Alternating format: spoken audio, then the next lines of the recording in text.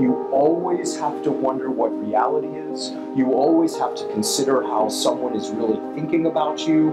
When you experience racial hatred, your hormones change as if you were always in danger. It makes our brains need to be hypervigilant. Results in an allostatic load, a wear and tear on the body and the mind that people who don't experience racism simply don't have.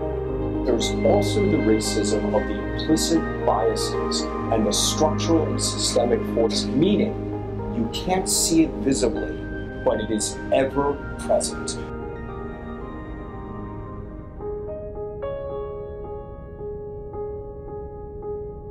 When we take two young people that come here, one is of color, one is not, and we put them and they're very similarly situated, same clothes, same educational level, same haircut.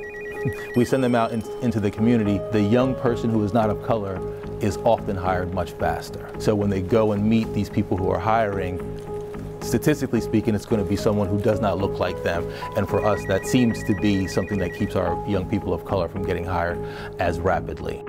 So what we see when our youth show up in our services is that this can present with physical and mental stress that presents itself in different ways, through depression, through low self-esteem. Physically, we might see people with headaches, chest pains, struggling with obesity, addressing issues such as smoking or drug use or risky sexual decision. Systemic oppression plays a big role. Systems that are already put in place for you not to succeed, for you to be incarcerated, for you to be in the foster care system, because you are a person of color or because you are indigenous to the land, whatever the case may be, literally your life is already written for you.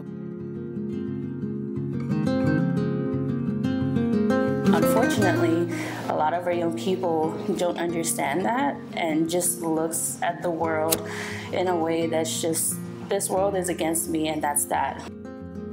It shows up in lack of self-confidence, lack of self-esteem, lack of connection to the community. Discrimination in housing is really evident when realtors and people who are selling their homes are guiding people into certain properties and into certain neighborhoods. Discrimination in housing leads to segregation, which leads to segregated schools.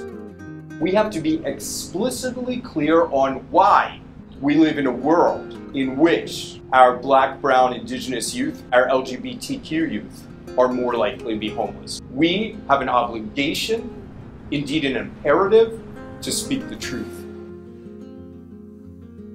If you come from a place of generational poverty, then all you've known is insecurity, whether it's food, whether it's housing, whether it's healthcare, whether it's education resources, all you've known is insecurity.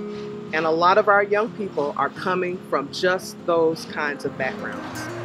It is really a point for Covenant House to be involved with those young people in order to help them move beyond some of the challenges that they're experiencing in their communities, whereby they don't necessarily feel accepted or a part of. And a part of human nature is to feel like you're a part of a community, that you are welcomed by other people regardless of whether they look like you or not. George Floyd's murder occurring when it did forced people that would not ordinarily pay attention. It forced people to think about and look at racist systems in our country and how those systems impact Black and brown young people. We're not afraid to counter the issue, and that's what we do here at Covenant House. We're not afraid to back down. We let people know what we stand for. These young people just want to be something different from what they experience. We're showing them what they could be, and sometimes it's like they already know, but you're just pulling it out of them. And we're showing that unconditional love, because I think that's one way that racism ends, is through love.